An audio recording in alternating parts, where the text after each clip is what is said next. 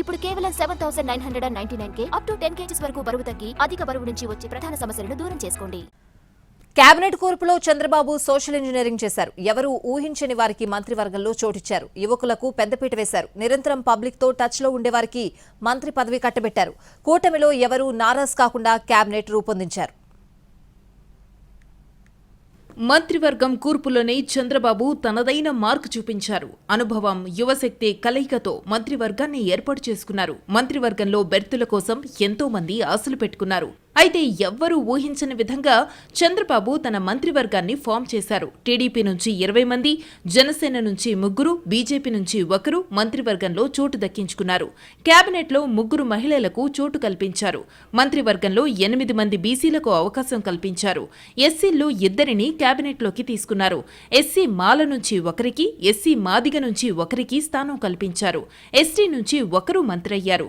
ముస్లిం మైనారిటీల నుంచి 1 ఛాన్స్ ఇచ్చారు. వైశ్య కమ్యూనిటీ నుంచి 1, బలిజ కులం నుంచి 1 మినిస్టర్ పోస్టు దక్కింది.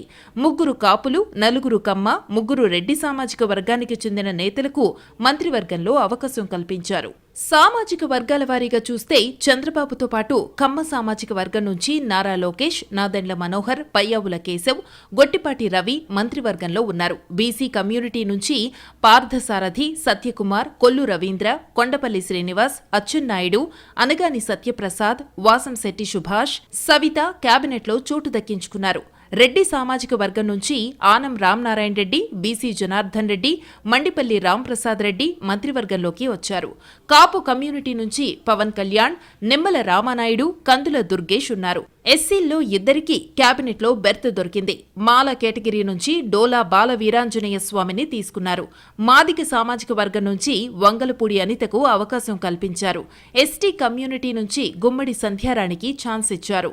ముస్లిం కోటాలో ఫరూక్ను తీసుకున్నారు. ఆర్య వైశ్య కులం నుంచి టీజీ భరత్ మంత్రి అయ్యారు. బలిజ కులం నుంచి నారాయణ మంత్రివర్గంలోకి వచ్చారు.